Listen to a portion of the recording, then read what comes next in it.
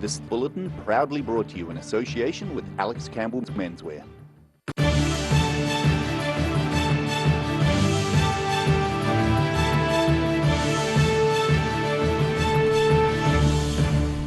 Tonight on The South Today, the Dunedin City Council releases proposals on how to buttress local beaches.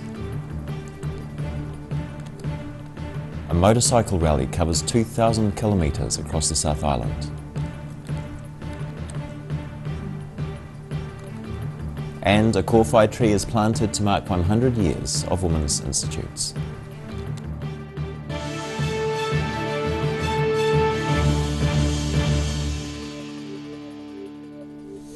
Tēnā koutou katoa, ngā mihi o te ahi nei, kia ora, I'm Simon Anderson.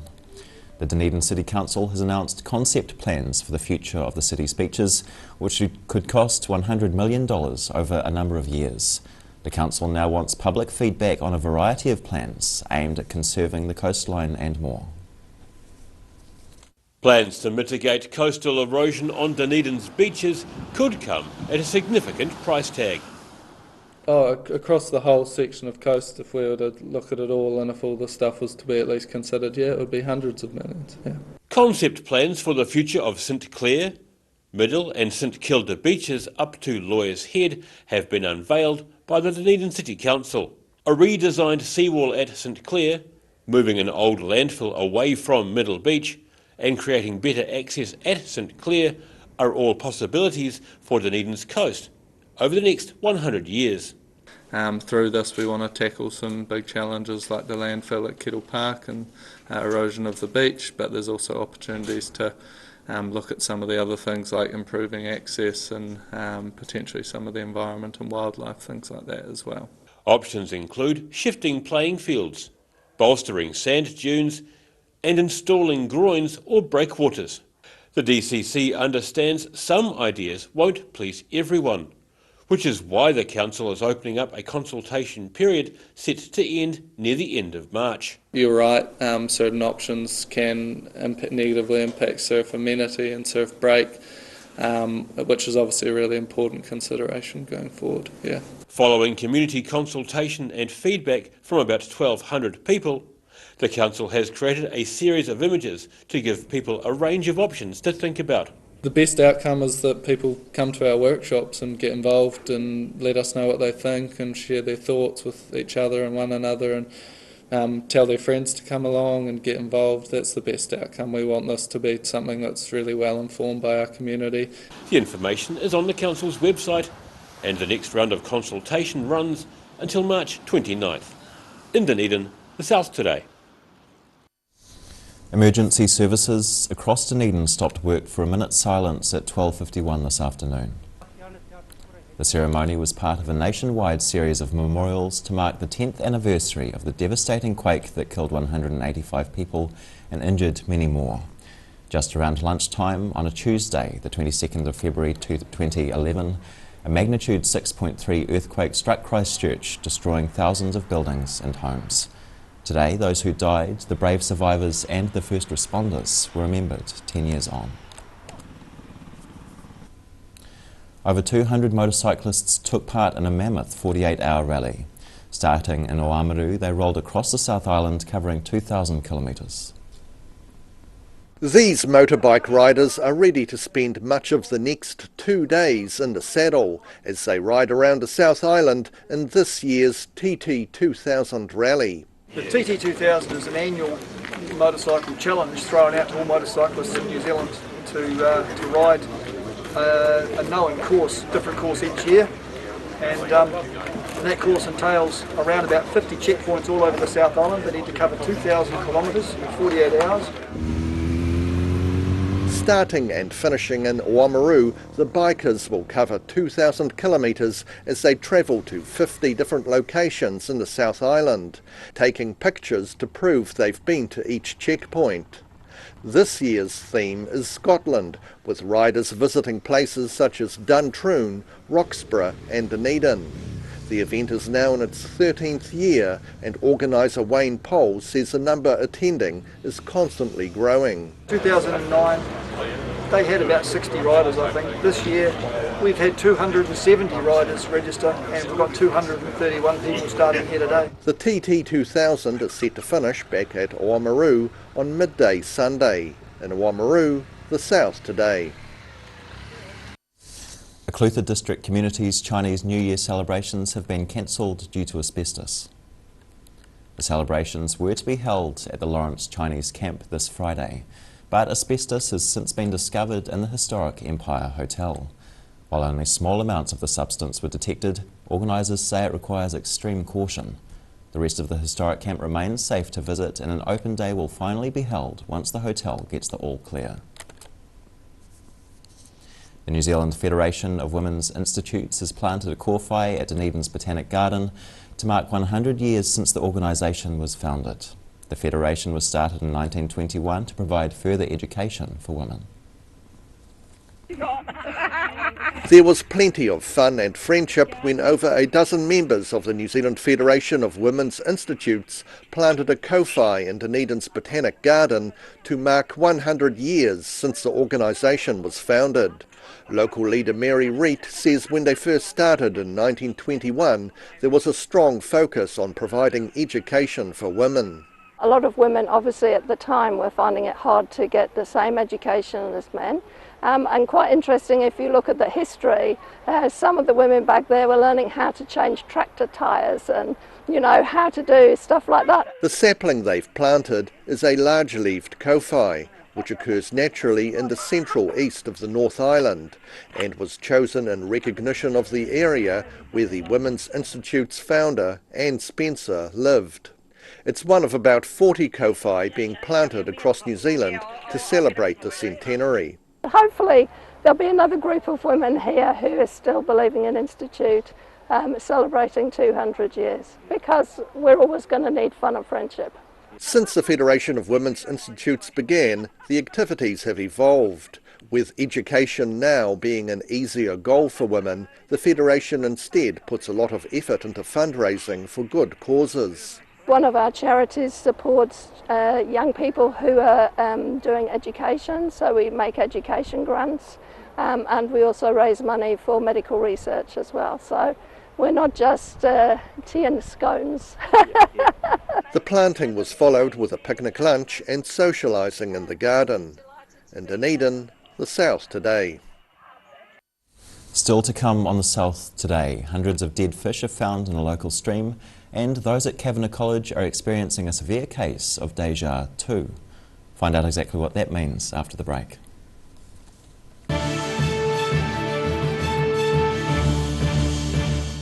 Inside are all sorts of innovations from all over China.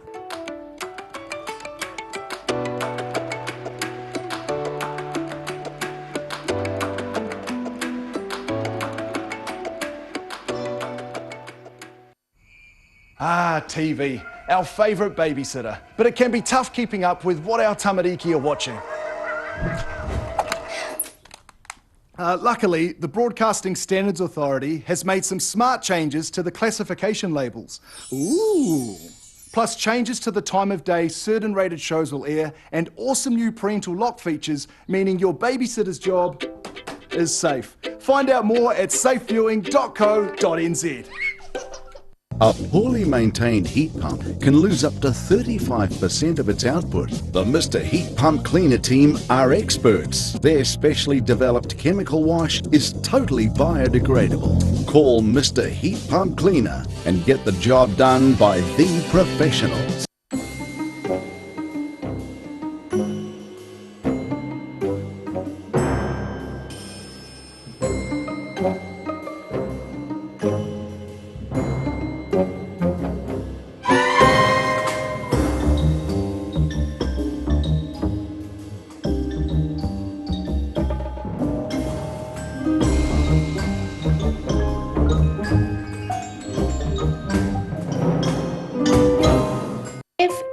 Risk of developing melanoma skin cancer, you owe it to yourself to have a mole map.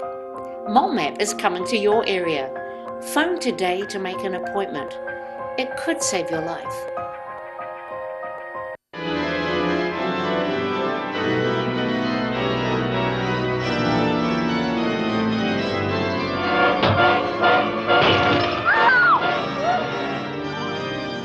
No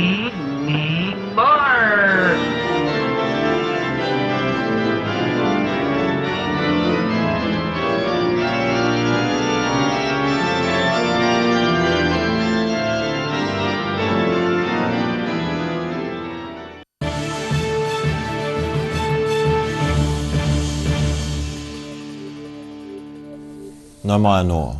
Poor water quality may have contributed to the death of hundreds of fish in a Dunedin estuary over the weekend. A number of species of dead fish littered the edges of the Kaikorai Stream and estuary at the Brighton Road Bridge on Saturday afternoon. Otago Fish and Game says because of the overall poor health of the estuary, its tipping point is quite fine. And 3 sunny days in a row could have led to uninhabitable conditions. Well, there may be something in the water a little more generative at Dunedin's Kavanagh College. New additions to the school roll may prompt some people to think they're seeing double again and again and again. They say good things typically happen in 3s, but 4s? Dunedin's Kavanagh College is experiencing its largest Year 7 intake in a number of years. But pupils and staff could think they're seeing double, as for the first time in many years, there's 4 sets of twins beginning Year 7. I think it's the first time in 26 years that we've had 4 sets of twins in the school. It's always an interesting time to get to know everybody's name and to learn all about them without them looking identical at the same time, so it creates a new challenge for us.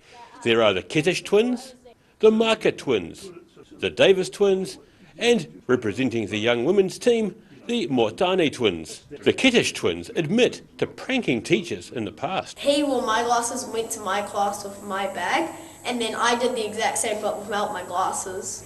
And then the teachers didn't figure it out, but a few other people, classmates did, and they just hid it. I got caught like halfway through math, I got caught. Yeah. But the school's principal warns them double trouble could have double consequences, like double homework. Well, that's right. There's got to be some justice somewhere along the line. In some cases, twins are said to feel each other's pain. The Maka twins say this isn't the case, as youngest twin Levi has had more than 100 surgeries when he was younger. The feeling each other's pain phenomenon is also dispelled by other twins. People used to say, does it hurt if I punched one? Yeah, and then they would practice, they wouldn't punch him though, they would punch me, and then I'd be like, did he feel it? And then he'd be like, no. Siblings can typically argue a bit. There's nothing else. Yes, we have to share our toys. Oh no, I don't. Well, yeah, kind of. Can't decide on anything. I would think there are some pretty big disadvantages though, like sharing a room and having someone who is often pestering you. Yeah. Throughout their interviews, all 4 sets of twins niggled at each other a bit, but while knowing they've got each other's back, the Moatane twins couldn't agree who is the more annoying. I think the youngest just annoy the oldest the most. Yeah. No, the oldest is... No. Yeah, it's the oldest. That's the youngest. That's the oldest. Oldest. Kate Nicholson says some of the twins will be in the same classes, while others are set to study apart, in keeping with their family's wishes. In Dunedin, the South Today. After the break on the South Today, a local beach is getting a makeover and we have the early weeks weather for you. Ka kite akuanei.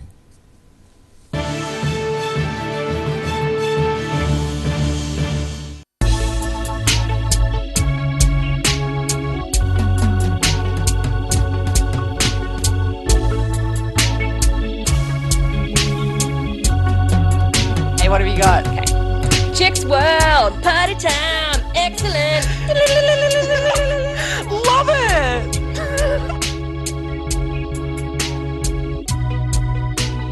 Chicks World. Chicks World. Welcome to Alex Campbell Menswear. Our 3 stores have no shortage of stock. Check these out.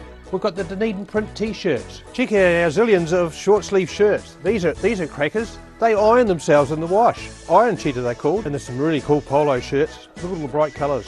And of course there's no shortage of shorts. This is always one of our brightest colours, our long sleeve fashion shirts. Jeans, casual trousers, dress trousers, you name it, we have you covered. Alex Campbell Menswear, it fits. So if you're shopping for your family or yourself, come and see Alex Campbell Menswear stores.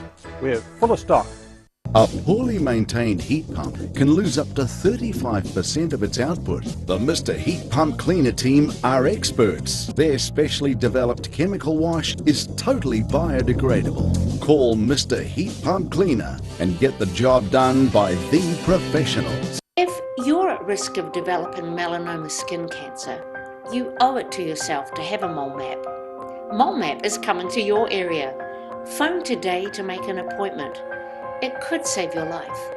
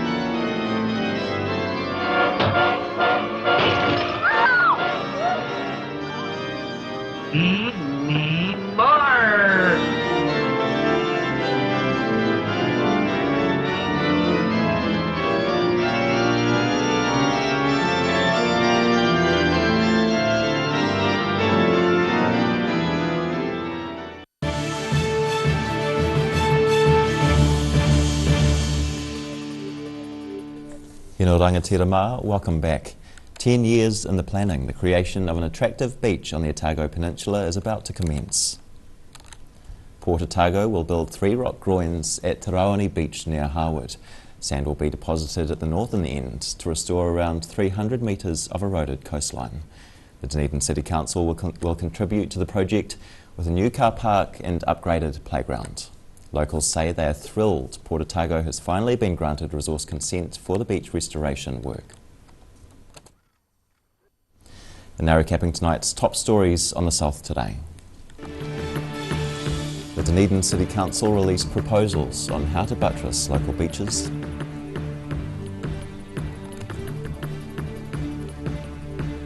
A motorcycle rally covered 2,000 kilometres across the South Island.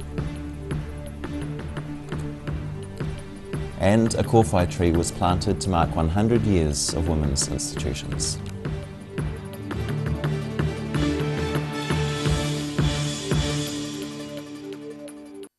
And now for a look at what's happening in tomorrow's ODT, we have Craig Page with us this evening. Kia ora, Craig. Good evening.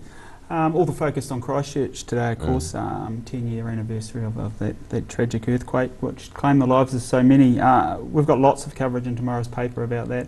Plenty of stories, personal stories of people who are still suffering the trauma, I guess, of the occasion, lost loved ones as well. But we also speak to some local Dunedin firefighters who were sent north to assist in the aftermath, and they've got quite stories to tell as well, and I guess the impact it's had on them over the last 10 years. It's just an extraordinary event, really, and not one you'd forget in a hurry, I don't think. Orientation, of course, underway in earnest today. Lots of events throughout the week, really. The students get down to the busy task of studying from next week, apparently. So yeah, Tent City today, and of course the convocation ceremony as well, where they're of course welcome to the city.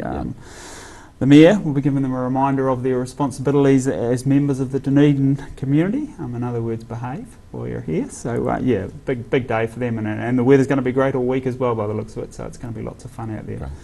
Right. On the travel, we don't go far. We head up to North Otago, looking on a series of short walks from a book from Peter Jansen, and they look at North Otago and particularly Duntroon. And the Vanished World Centre up there. It's a bit of a hidden treasure, really. Lots of fossils and trails to go and have a look at. Some are up to 30 million years old, so yeah, as I say, a bit of a hidden treasure and well worth a look. And finally, just on the sporting front, first 2020 match between New Zealand and Australia being played from about 7 o'clock tonight. Aussies fresh out of their 2-week isolation periods. Hopefully they'll be a bit rusty out at Hagley Oval tonight. We'll have coverage throughout the evening on our website, and we'll pushing deadline tonight to make sure we get full coverage in the paper for tomorrow. Great. Thank you. Thanks very much. And time now for a look at tomorrow's weather. Tonight's weather proudly brought to you by Mole Map. Starting with tonight's southern view, looking out to the heads from Larnac Castle Gardens. To the situation, a strong northerly airstream brings rain to the region later tomorrow ahead of a cooler southerly airflow and showers due on Wednesday.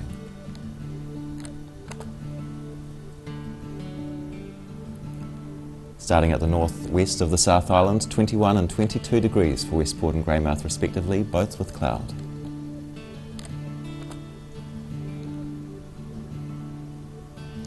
Up top, it's similar stuff in Nelson, 21 degrees and cloudy. The sun peeks through and provides some extra warmth for Blenheim on 24 degrees.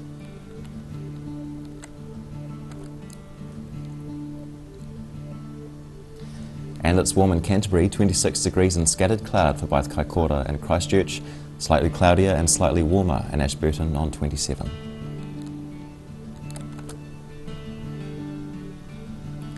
Looking at what's in store for the southern towns, the Catlins, Balclutha, Lumsden and Gore can all expect similar conditions.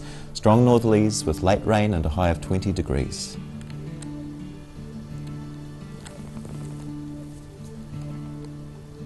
Up to the Central Lakes, you can all expect strong northerlies with cloudy skies and warm temperatures. That's 23 degrees for Wanaka, 22 for Queenstown and 25 for Alexandra. Rain accompanies the wind in Te Anau along with 19 degrees.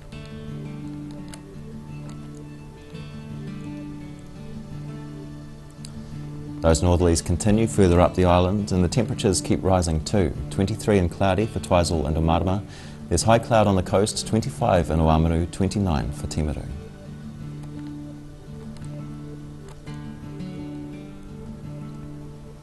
In Dunedin, the cloud increases tonight with an overnight low of 14. That cloud lowers and thickens tomorrow as northeast winds strengthen. There may be a few spits of rain from evening, a high of 23 and a low of 15. And Wednesday sees mostly mild northerlies and cloudy skies. Some showers and cooler southerly winds may develop later on. A high of 22 and a low of 10.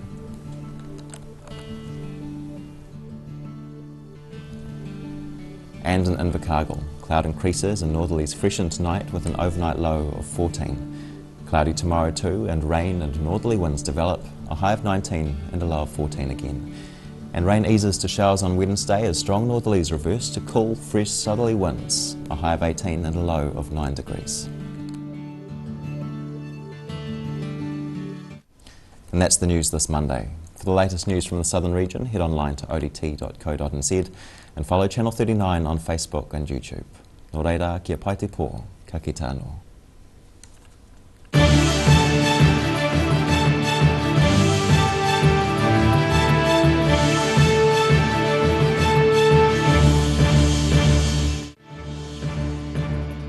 This bulletin proudly brought to you in association with Alex Campbell's Menswear.